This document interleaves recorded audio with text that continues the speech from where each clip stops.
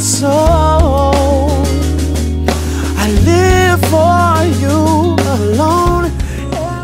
Alléluia. Amen, Seigneur. Prions pour la parole ce soir. Seigneur, nous te donnons grâce. Nous te bénissons pour ta parole. Nous te remercions parce que tu nous parles ce soir.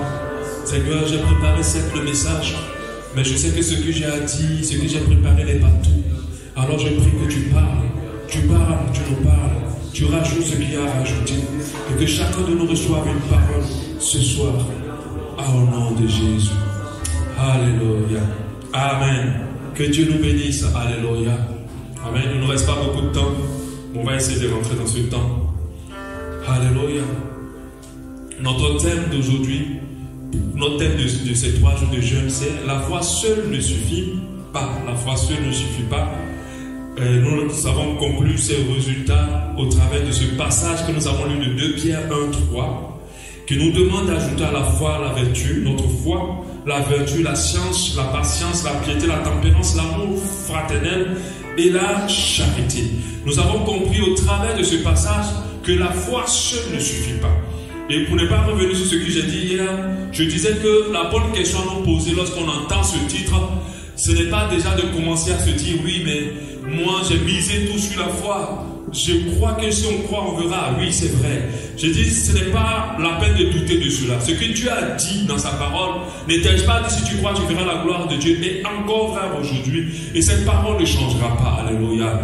Croire en Dieu qu'il est capable de faire des choses est suffisant lorsque nous croyons simplement sans douter. Enfin, la question que nous devons nous poser, c'est en quoi la foi seule ne suffit pas. Et lorsque nous lisons le verset de 2 Pierre 1, au verset, diminué un peu légèrement, 2 Pierre 1, de 5, chapitre de verset 3 au verset 8, nous nous rendons compte qu'il parle de participer à la nature divine. Alléluia. On parle de cette foi-là où nous croyons que Dieu existe. Ceux qui croient que Dieu existe, je disais hier, ils sont nombreux. Je dirais même pratiquement, près de 90% de la population mondiale croient en l'existence de Dieu. Alléluia. Les athées sont très très peu de nos jours. Alléluia. Croient en l'existence de Dieu. Mais cela n'est pas suffisant. Dieu est en train de nous dire au travers de ce passage que nous lisons que le fait de croire en lui n'est pas suffisant. Alléluia. Que en notre foi, en notre croyance, nous devons ajouter ce qu'on appelle des compléments pour que notre foi soit parfaite, pour qu'elle soit celle-là qui nous convient, pour pouvoir participer non seulement à la nature divine, mais pour pouvoir entrer dans les promesses de Dieu. Alléluia. Et c'est très important. Amen. Et je disais que lorsque nous n'ajoutons pas ces choses qu'on appelle les compléments indispensables à la foi, nous pouvons avoir des répercussions sur notre vie. Et ce passage que nous avons lu nous parle de ces répercussions. Et l'une de ces premières répercussions, c'est l'oisiveté spirituelle. Alléluia. J'ai parlé de cela hier. Parce qu'il a dit en 2 Pierre 1:8, quand ces choses sont en vous, ces 7 éléments que nous complétons à la fois, et ils sont en abondance, elles ne vous laisseront point oisifs. Et on a dit que si tu ajoutes ces 7 éléments à ta foi, tu ne seras pas oisif. Nous savons que dans l'église, il y a des chrétiens utiles et il y a des chrétiens inutiles, qui sont ce qu'on va appeler des chrétiens oisifs, qui sont là pour rien, qui ont accepté Jésus pour rien. Cela n'a aucun impact sur l'œuvre de Dieu. Si tu n'ajoutes pas à ta foi tous ces 7 compléments que Dieu a donnés, ta foi ne sera pas utile à Dieu. Tu vas rentrer dans l'oisiveté spirituelle. L'oisiveté, c'est le fait de ne pas avoir quelque chose à faire et de s'ennuyer. Mais je parle du fait que cette oisiveté n'est pas liée aux charges ou aux occupations de la terre. Elle est plutôt aux occupations célestes, aux choses qui contribuent aux choses d'en haut. Alléluia. Et beaucoup sont en Christ et ont accepté Jésus, croient qu'il est mort à la croix de Golgotha pour eux, ont mis toute leur foi en Dieu, mais cela n'est pas suffisant parce qu'ils n'ont pas rajouté ces 7 compléments et ils ne sont pas utiles à Dieu, ils sont dans l'oisiveté. La Bible nous dit le serviteur inutile. J'étais le dehors là où il y a le pleurs et les grincements dedans. En fait, Dieu est en train de décrire l'enfer. Alléluia. Tu crois en Dieu, c'est bien, mais sache que les démons aussi croient en Dieu. Si tu n'ajoutes pas ces 7 vertus à ta foi, alors tu n'es en rien plus important devant les regards de Dieu plus qu'un démon. Tu es à leur niveau. Alléluia. Et ta foi ne va pas t'amener dans quelque chose que Dieu attend de toi. Et tu risques de tomber dans l'oisiveté. Alléluia. L'oisiveté. Tu risques de tomber dedans. Nous devons comprendre que nous sommes de passage sur cette terre. Et notre passage, ce n'est pas juste de croire en Dieu.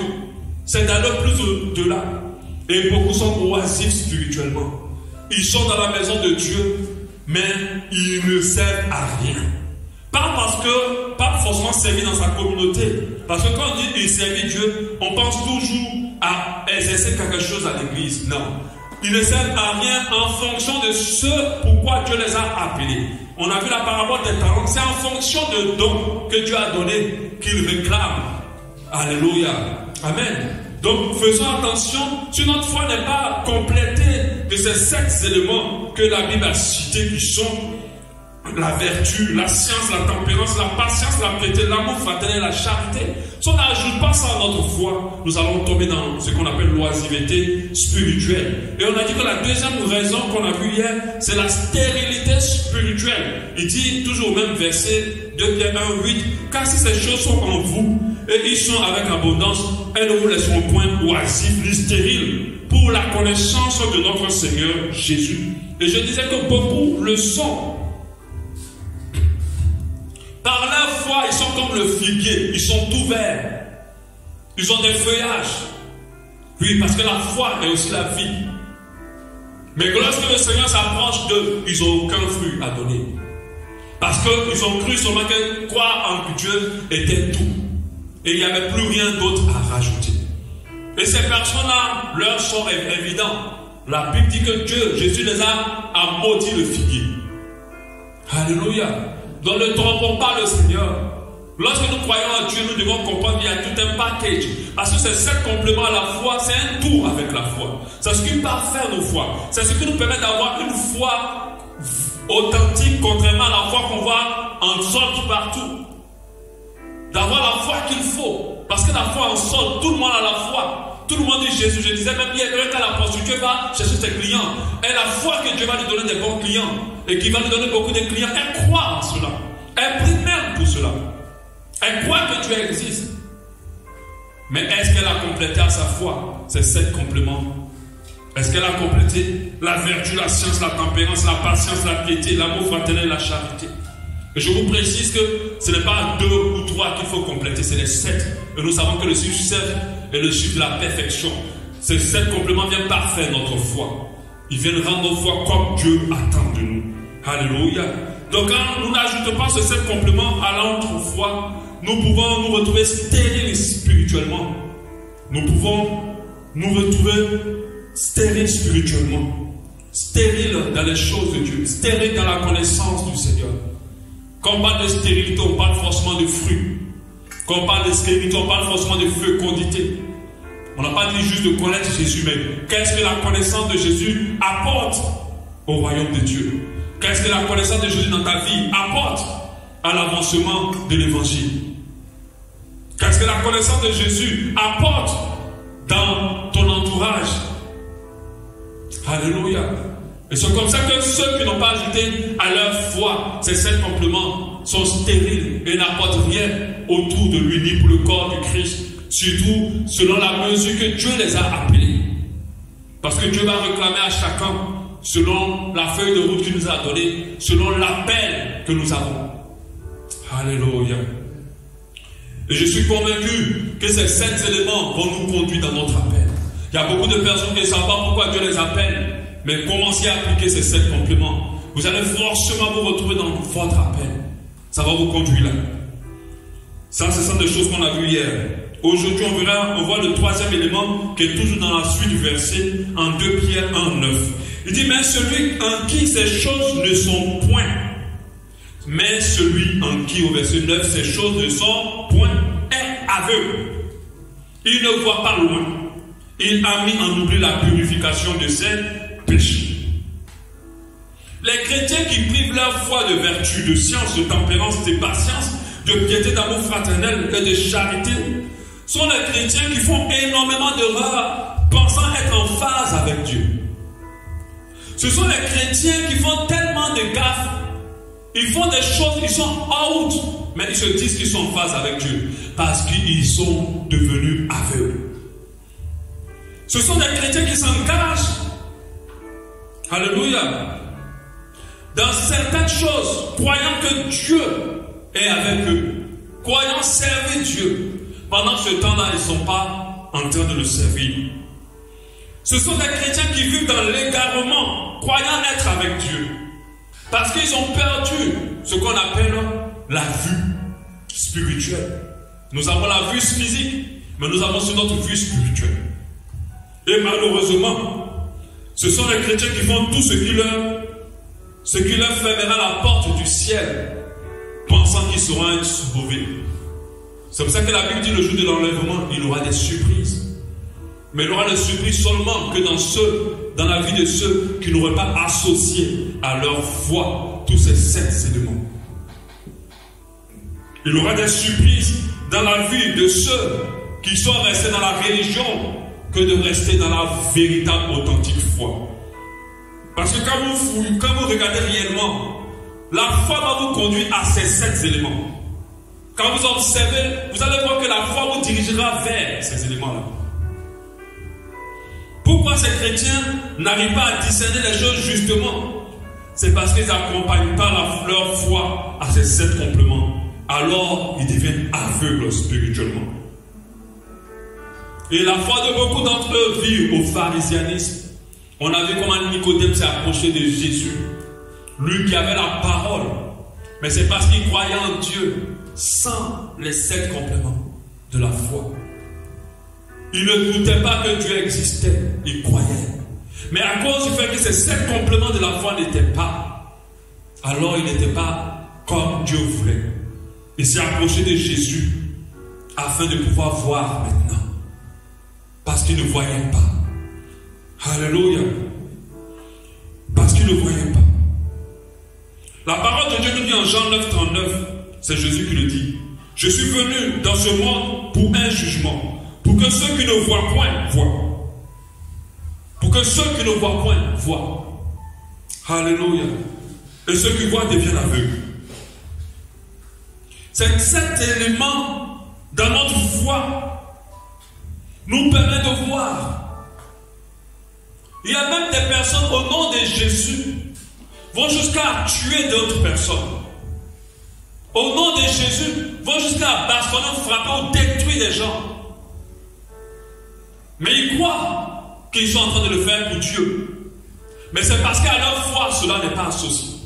Quand on va commencer à voir les 7 éléments, vous allez voir que ces 7 éléments viennent nous donner la foi juste. Viennent nous donner la foi stable. Celle-là que Dieu veut vraiment. Alléluia. Celle-là que Dieu attend de nous. Celle-là que Dieu veut que nous manifestons.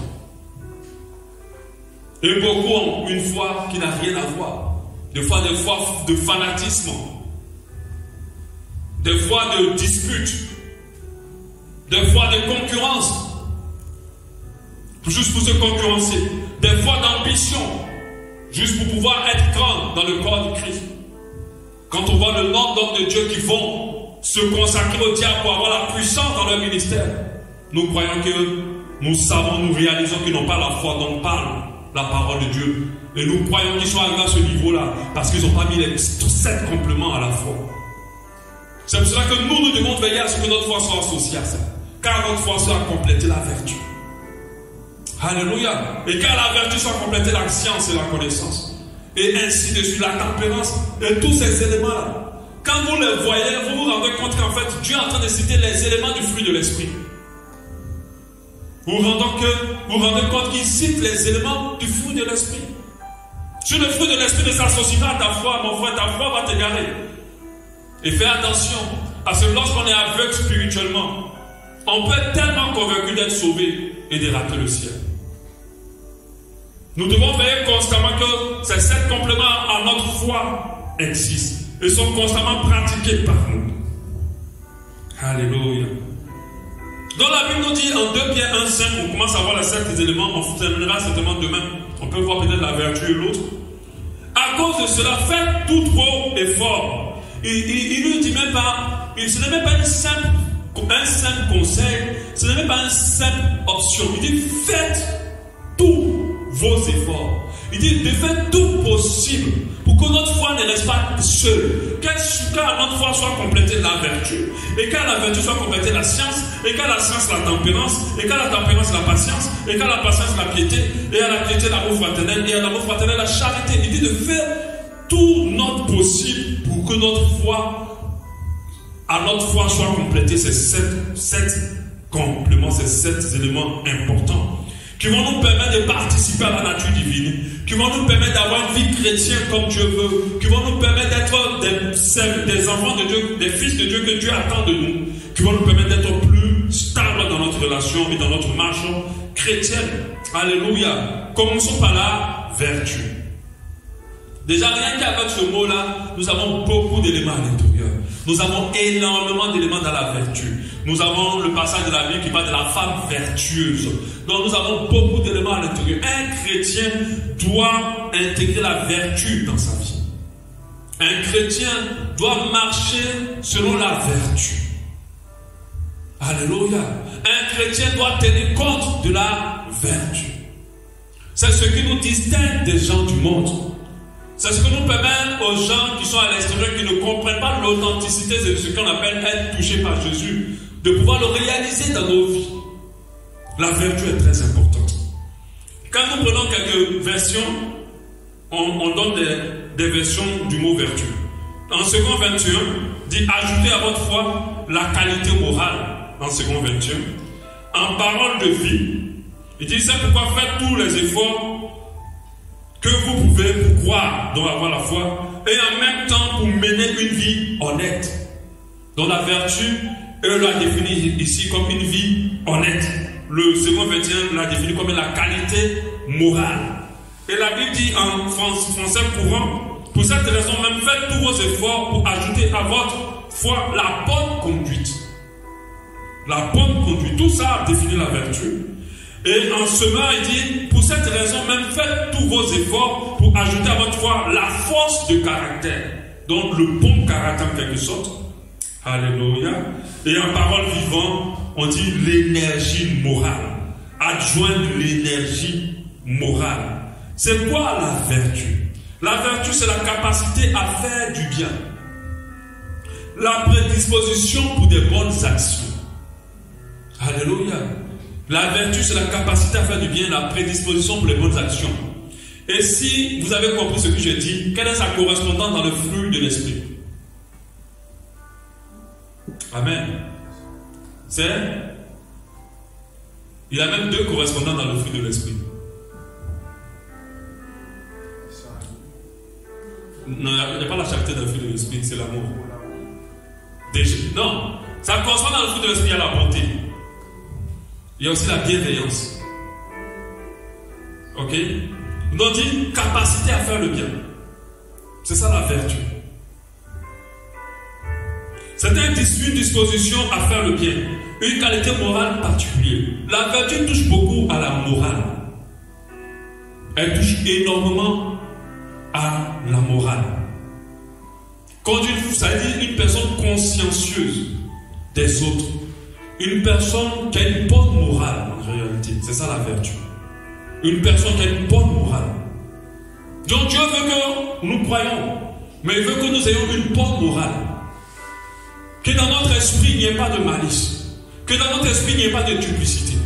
Que dans notre esprit il n'y ait pas la méchanceté. Alléluia. En réalité le mot vertu vient du mot de la racine valeur. Il faut que nous ayons des bonnes valeurs. Alléluia. Il faut que nous ayons des bonnes valeurs. Ce qui va nous distinguer dans la société, c'est les bonnes valeurs. Parce que quand nous lisons un peu haut le verset, il parle de la corruption dans ce monde. Donc on parle de vertu, c'est avoir des bonnes valeurs. Un enfant de Dieu doit avoir des bonnes valeurs. En tant que chrétien, nous devons avoir des bonnes valeurs.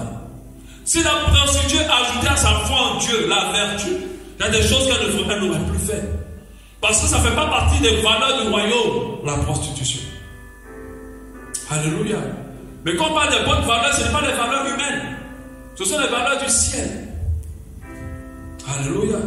Un enfant de Dieu doit ajouter. Donc la femme vertueuse, c'est une femme qui a des bonnes valeurs. Elle sait que c'est mon mari. Le matin, je dois m'occuper de lui. Je dois en prendre soin. Je dois m'occuper de mes enfants. Je dois veiller à ne pas être une femme légère. Je dois travailler pour soutenir mon mari parce que je suis nette. Ainsi de suite.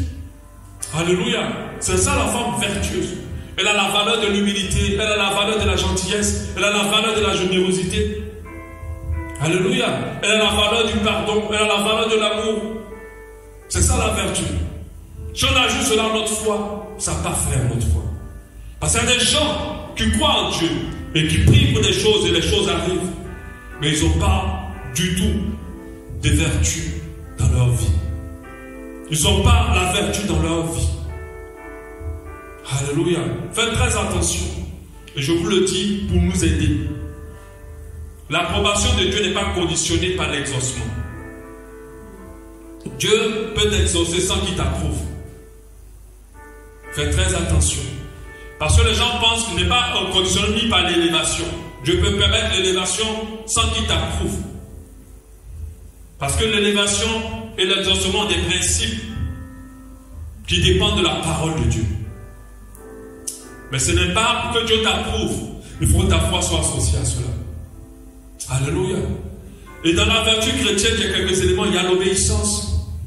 Un chrétien vertueux, c'est quelqu'un qui obéit à Dieu. Quand vous voyez quelqu'un qui te parle, il est fâché. Mais il te dit, je suis fâché, mais la parole de Dieu me dit ça. Alors je ferai ça.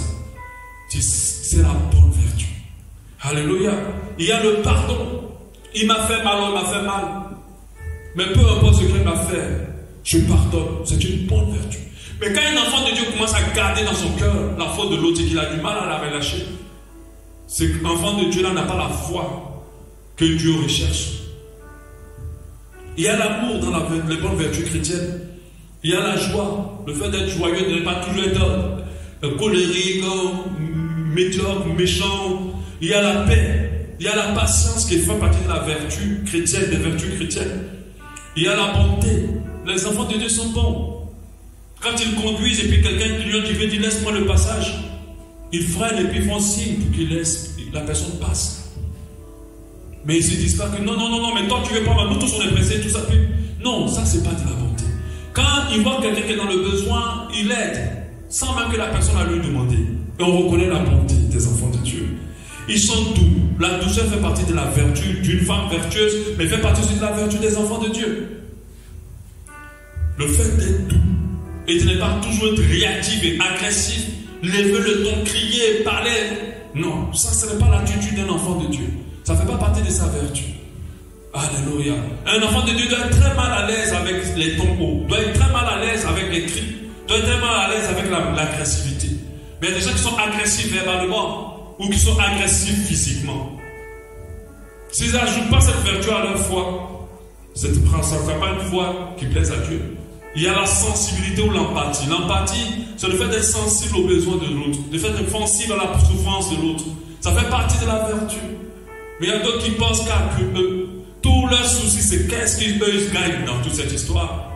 Ils sont tellement centrés sur ce qu'eux ils veulent qu'ils n'ont pas de bonnes vertus. Ça, c'est ça le monde. Le monde est comme ça. Le monde est égoïste. Mais l'enfant de Dieu a de l'empathie, a de la sensibilité. La sincérité, l'honnêteté. La Bible dit que ceux qui sont malhonnêtes n'entreront pas dans le ciel. Il faut qu'on soit vrai et honnête. Et ça fait partie des vertus chrétiennes. Il y a l'hospitalité. L'hospitalité, ce n'est pas seulement le fait d'héberger quelqu'un, mais c'est aussi de savoir accueillir les autres. Savoir accueillir, de mettre bien quelqu'un. C'est l'hospitalité. La générosité, ça va donner sans qu'on nous demande. Ça va donner au-delà même de ce qu'on ne nous a pas demandé. Alléluia. L'assiduité, apprendre à être assidu. Quand vous voyez certaines personnes pour le culte du dimanche qui apprennent toujours à être là à 10 heures, c'est une vertu chrétienne. Elle est importante, c'est vrai que c'est une bonne vertu aussi pour le monde, mais ça fait partie aussi des vertus du Seigneur. Parce que notre Dieu est à l'heure. Déjà pour le culte, mais à l'heure aussi pour ses promesses. Il ne va pas te dire qu'il te bénira ou il fera quelque chose dans ta vie à telle année et il va sauter cette année. Il le fera. Alléluia. Il y a la discrétion aussi. C'est une très bonne vertu. C'est Dieu cette vertu-là. De ne pas trop parler, de ne pas tout dévoiler. Mais ça fait partie des vertus chrétiennes. La ponctualité, j'en ai déjà parlé. La tolérance, savoir pardonner, on en a parlé. La reconnaissance, savoir être reconnaissant envers les gens qui te font du bien. Beaucoup de gens ne sont pas reconnaissants. Dès qu'ils sont blessés, ils effacent tout ce que tu leur as fait de bien. Ils n'apprennent pas à être au-delà de cela pour être reconnaissants pour le bien qu'on leur a fait. L'organisation, l'ordre fait partie aussi. Rentrer dans la chambre d'un enfant de Dieu, puis tout est en désordre, tout est pêle-mêle, c'est dangereux. Parce que être organisé, que ce soit physiquement, que ce soit dans ce qu'on fait, est une vertu importante aussi pour un enfant de Dieu. Il y a le courage, parce que c'est des enfants audacieux. Nous sommes audacieux en Jésus. Nous n'avons pas peur. Nous ne craignons pas. Ça fait partie des vertus. Nous ne craignons pas les hommes. Nous ne craignons pas le diable. Nous ne craignons pas son armée. Alléluia. Nous ne craignons que Dieu. Il y a l'humilité, il y a la loyauté. Toujours être loyal envers ceux qui sont justes envers nous. La résolution, oui, quand on est résolu, on ne peut nous décourager. Il y a la responsabilité. Le Seigneur veut qu'à notre foi soit ajoutées ces valeurs-là qui sont chrétiennes. Il y en a beaucoup. Et nous, si nous lisons la Bible, observons la vie de tout ce que Dieu a utilisé, nous allons retrouver. Par exemple, quand je pense à celle de Joseph, il était droit. Il était droit. Alléluia. Il ne faisait rien à gauche ni à droite. Il était droit. Et c'est très important pour nous d'associer cette vertu à notre foi. On va voir rapidement le deuxième. Ça ne va pas durer. Et ils disent, la parole de Dieu dit, à votre foi la vertu, et à la vertu la science. Alléluia. Dans la vertu, c'est des bonnes valeurs chrétiennes. Des bonnes valeurs chrétiennes. Alléluia. Des valeurs chrétiennes. La science. Amen. Dans une autre version, second 21, ils disent la connaissance. Ils disent la connaissance. Parole de vie, ils disent connaître ce que Dieu veut. François Courant dit connaître la vraie connaissance de Dieu. Et Dieu veut que nous ajoutons à notre vertu le fait d'avoir des bonnes valeurs. Parce que ce n'est pas à la foi maintenant qu'on ajoute la science. Alléluia. Si vous voyez correctement le français, ce n'est pas à la science, à la foi qu'on ajoute la science. C'est plutôt aux bonnes valeurs, aux vertus. C'est bien d'avoir des bonnes valeurs, mais il faut avoir la connaissance de Dieu. Il faut avoir la sagesse. Parce qu'on parle de science, on parle de sagesse. Et nous prêchons sur la sagesse actuellement. Alléluia. C'est très important pour nous. Nous avons compris que la sagesse se développe aussi par la connaissance. Bien sûr, par la connaissance déjà de Dieu, mais par la connaissance des choses. Alléluia. Donc il est très important qu'enfant de Dieu, nous développions notre connaissance de Dieu. Nous développons la connaissance de ce que Dieu veut. C'est-à-dire que nous ne pouvons pas vivre sur la base de ce que nous connaissons, mais nous devons vivre sur la base de qu'est-ce que Dieu veut. Nous devons constamment chercher à connaître la volonté de Dieu. Parce que ceux qui ont la foi et qui la manifestent dans tous les sens, sans prendre la peine de savoir ce que Dieu veut, vont s'égarer. Alléluia. Et nous avons compris que la connaissance de Dieu, elle est des choses de Dieu, se base sur la parole de Dieu et se base sur les choses révélées de Dieu. La Bible parle de la vérité présente. Je pense qu'on l'a lu dans notre temps de méditation. Alléluia. Il faut qu'on complète la connaissance. Il faut qu'on apprenne à savoir encore plus ce que Dieu veut, ce que Dieu attend de nous. Dans notre marche, dans notre foi, dans l'expression de notre foi. Alléluia. Et c'est très important pour nous. Ça va nous conduire forcément à la sagesse. Et ça va nous apprendre les choses qu'il faut pour que notre foi ait beaucoup plus d'équilibre. Alléluia. Beaucoup de chrétiens sont en Christ, mais ne courent pas ou ne recherchent pas la connaissance. Surtout la connaissance de ce que Dieu veut. La connaissance de Dieu lui-même. Moi je pense que plus nous connaissons Dieu, plus notre foi sera mieux. Plus notre foi sera meilleure. Plus notre foi sera exacte. Nous devons, plus nous savons ce qu'il veut, plus notre foi sera complète. Moi, je ne veux pas arriver au ciel et m'être trompé de chemin. Ou m'être trompé tout court. En pensant, parce que où je suis, je pense que si je meurs, ou que le Seigneur revient, je suis sauvé. Mais en quoi je gagne cette assurance? Si en complétant ma foi, c'est ce complément. Alléluia. en complétant ma foi le fruit de l'esprit simplement. Parce que le fruit de l'esprit ne peut pas nous égarer. Si tu manifestes l'amour, jamais tu vas te tromper. Même si les gens te trahissent, tu ne t'es pas trompé. Alléluia. Mais les dons de l'esprit peuvent nous tromper. Et les dons de l'esprit ont trompé énormément de personnes. Parce qu'ils ont eu la parole de connaissance ou de sagesse. Ces personnes ne sont plus humbles, mais se sont égarées. Parce qu'ils ont guéri des malades, ils ont la puissance de guérir les malades. Beaucoup se sont égarés. Mais le fruit de l'esprit ne peut jamais nous tromper. Alléluia. Amen. Nous allons prier pour ce soir. Le temps est arrivé. On a reçu 2 choses ce soir. 3 choses. La première, c'est le fait d'être aveugle spirituellement. La myopie spirituelle. On va demander au Seigneur, ouvre mes yeux. Je veux voir comme tu vois. Ensuite, on va prier que Seigneur donne à ce que je complète à ma foi des valeurs, les valeurs du ciel, les valeurs d'en haut. Et on va prier aussi pour la connaissance. Donne-moi d'avoir soif de connaissance, d'avoir soif de ta volonté, de chercher constamment ta volonté. Nous allons prier comme ça. Prions.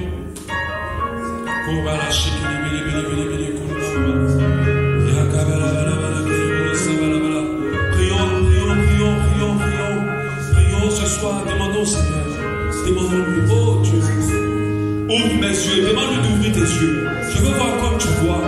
Donne-moi le discernement de toutes choses. Permets-moi de voir comme tu vois. Aide-moi à appliquer la vertu, les valeurs d'en haut de ma vie. Aide-moi à appliquer la science dans ma vie, la sagesse. Oh! Donne-moi d'y arriver, Seigneur. Oh! Je te veux, Seigneur. Ouvre mes yeux, mes yeux spirituels. Ouvre-les au nom de Jésus. Je veux voir comme tu vois, Seigneur. Que je ne sois point aveugle. Tu as dit, tu as venu pour que ceux qui ne voient pas voient. Et je veux voir, Seigneur. Oh, donne-moi d'appliquer, d'intégrer dans ma vie les valeurs d'en haut, les valeurs d'en haut, les valeurs d'en haut, les valeurs d'en haut.